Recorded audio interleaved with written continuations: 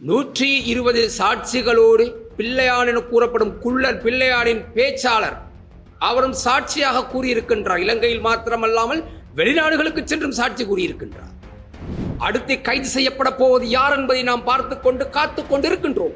நிச்சயமாக ராஜபக்ச குடும்பத்தில் ஒருவர் கைது செய்யப்பட போகின்றார். அந்த மூன்றாவது மனிதனை காப்பாற்றுவதற்காக அவர்களின் ஏஜெண்டுகளாக ராஜபக்சையின் அடிமைகளாக இவர்கள் இருக்கின்றார்கள். ராஜபக்ச போட்ட எலும்பு துண்டு அமைச்சர் பதவியை வாங்கிக் கொண்டு அவர்கள் அமைதியாக இருந்தார்கள். எனவே இப்போது அவர்களுக்கு இந்த அரசாங்கம் எலும்பு துண்டுகள் போடுமாக இருந்தால் அதையும் நக்கி வாங்கி சாப்பிட்டுக் கொண்டு அமைதியாக இருப்பார்கள். இந்த கொம்மம்பில விமல் வீரவன்ச போன்ற இருக்க வேண்டிய இடம் வீடுகளோ வீதிகளோ பாராளுமன்றமோ அல்ல. அவர்கள் இருக்க வேண்டிய இடம் சிறை கூடங்கள்.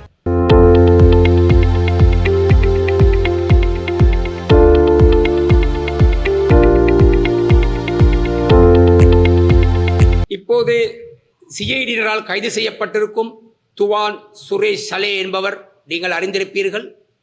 அவர் கைது செய்யப்பட்டு விசாரிக்கப்பட்டு கொண்டிருக்கும் இந்த வேளையிலே விமல் வீரவன்ச அதுபோல் கொம்மம்பில எல்லாம் இணைந்து அரசுக்கும் சிஐடியில் உயர் அதிகாரிகளுக்கு எதிராக குரல் கொடுக்கின்றார்கள்.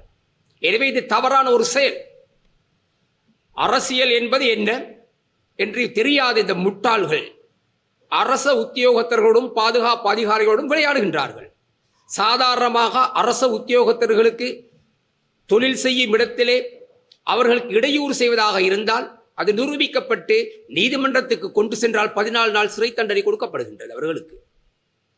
ஆனால் இப்போது இந்த நாட்டில் நடந்த ஒரு பெரிய அநியாயம், இந்த நாட்டில் அரசாங்கத்தை அமைக்க வேண்டும் என்பதற்காக ஒரு குண்டுவெடிப்பை ஏற்படுத்தி அதனூடாக தான் ஆட்சியை பிடித்தவர்களுக்கு எதிராக 120 சாட்சிகளோடு, அது மாத்திரமல்லாமல் பிள்ளையான் என கூறப்படும் குள்ளர் பிள்ளையானின் பேச்சாளர் அவரும் சாட்சியாக கூறியிருக்கின்றார். இலங்கையில் மாத்திரமல்லாமல் வெளிநாடுகளுக்கு சென்றும் சாட்சி கூறியிருக்கின்றார். இவர்கள் யார் யார் சம்பந்தப்பட்டவர்கள் என்று அந்த அடிப்படையில் தான் துவான் சுரேஷ் சலே கைது செய்யப்பட்டிருக்கின்றார். எனவே இந்த துவான் கைது செய்யப்பட்டதை இட்டு சிஐடியின் உயரதிகாரியான ஷானி அபேசேகரை மிகவும் தரங்குறைவான வார்த்தைகளால் விமர்சிப்பதை எங்களால் பார்க்க முடிகின்றது. விமல் வீரவன்ச கொம்மம்பில போன்றோர். எனவே இவர்கள் உடனடியாக தண்டிக்கப்பட வேண்டும்.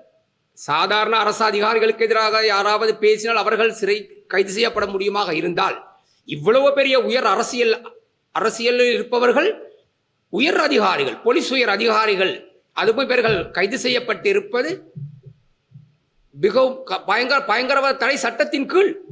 பயங்கரவாத தடை சட்டத்தின் கைது செய்யப்பட்டவர்களை விமர்சிப்பதற்கோ அல்லது கைது செய்தவர்களை தரங்குறைவாக பேசுவதற்கு எவருக்கும் அதிகாரம் இல்லை இந்த நாட்டில்.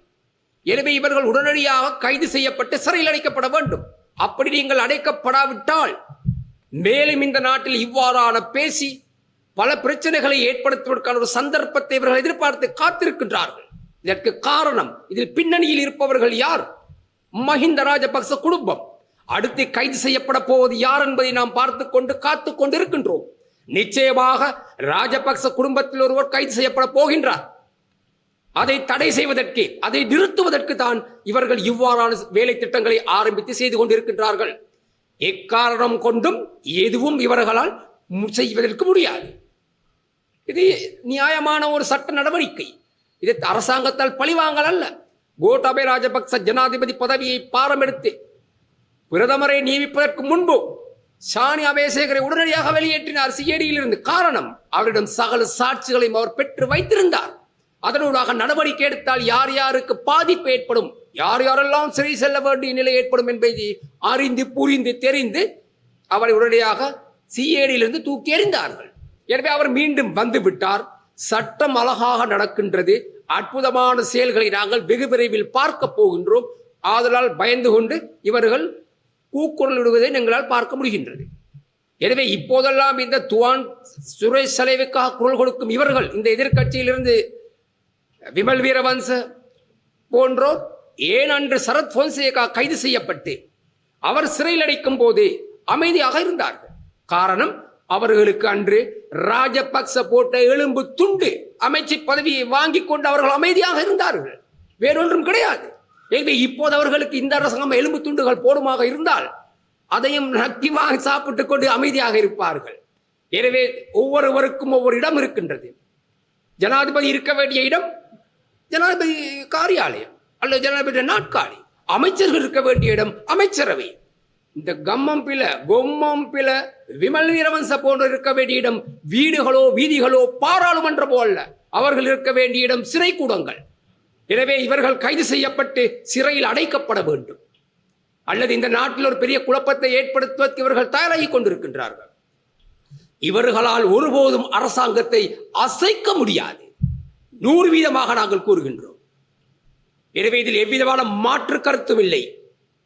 ஜனாதிபதி அவர்களே, சற்று சிந்தியுங்கள், சட்டத்தை கையில் எடுங்கள். அல்லது இவர்களை அடக்க முடியாது, நாட்டை வளர்க்க முடியாது. தேவையற்றவர்கள் இருக்க வேண்டியவர்களை இருக்க வேண்டிய இடங்களில் நீங்கள் வையுங்கள். வைக்கவில்லை என்றால் அரசாங்கத்துக்கும் இந்த நாட்டுக்கும் ஆபத்து ஏற்படும். அதில் எவ்விதமான மாற்று கருத்தும் கிடையாது. தற்போது விமல் வீரவன்ச, கம்மம்பில போன்றோர் ஏன் குரல் கொடுக்கிறார்கள் என்றால், பிள்ளையான் கைது செய்யப்பட்டார், துவான் சுரேஷ் சலே கைது செய்யப்பட்டார். யார் அந்த 3வது மனிதன்? அந்த 3வது மனிதனை காப்பாற்றுவதற்காக அவர்களின் ஏஜெண்டுகளாக, ராஜபக்சையின் அடிமைகளாக இவர்கள் இருக்கின்றார்கள். ஆகவே அதற்காக இவர்கள் குரல் கொடுத்துக் கொண்டிருக்கின்றார்கள். அந்த கூட்டத்தை காப்பாற்றுவதற்கு குற்றம் செய்தவன் தண்டிக்கப்படல் வேண்டும். அதில் எவ்விதமான மாற்று கருத்தும் கிடையாது.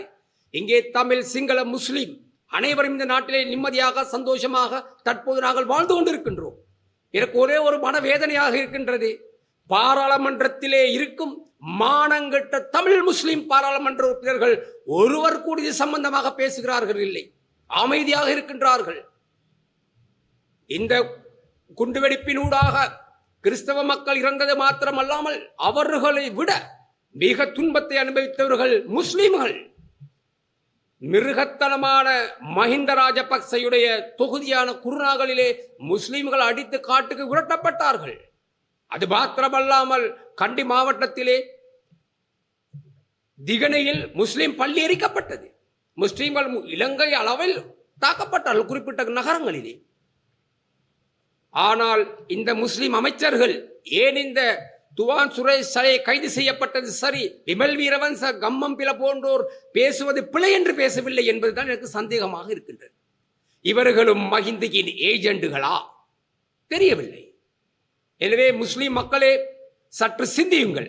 எதிர்காலத்திலே உங்களுக்கு தலைவனாகவோ அல்லது உங்களுடைய பிரதிநிதியாகவோ இருப்பதற்கு யார் சரியானவன் என்றதை நீங்கள் தேர்ந்தெடுங்கள். அல்லது உங்களுடைய எதிர்காலம் நாசமாகிவிடும்.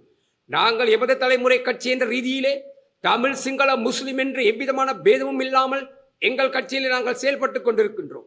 இன்று பாருங்கள், இந்த பிரச்சனைக்கு கூட ஒருவர் கூட பேசவில்லை, பேச மாட்டார்கள், பேச முடியாது. காரணம், இவர்கள் அதிகமானவர்கள் ராஜபக்சையால் வளர்ந்தவர்கள். ரிஷாட் யார்? ராஜபக்சையால் அமைச்சர் பதவி கொடுக்கப்பட்டு சுகபோக வாழ்க்கை அனுபவிக்கின்றவர். அதேபோல் முஸ்லிம் காங்கிரசின் தலைவர் ரவுஃப் ஹக்கீம், இவரும் அமைச்சர் பதவி பெற்றவர் மஹிந்த ராஜபக்ச காலத்தினிலே. எனவே இவர்கள் யாரும் பேச மாட்டார்கள். தமிழ் பாராளுமன்ற உறுப்பினர்கள் அவர்கள் மிக நல்லவர்கள், அவர்கள் எப்போதுமே பேசுவதில்லை.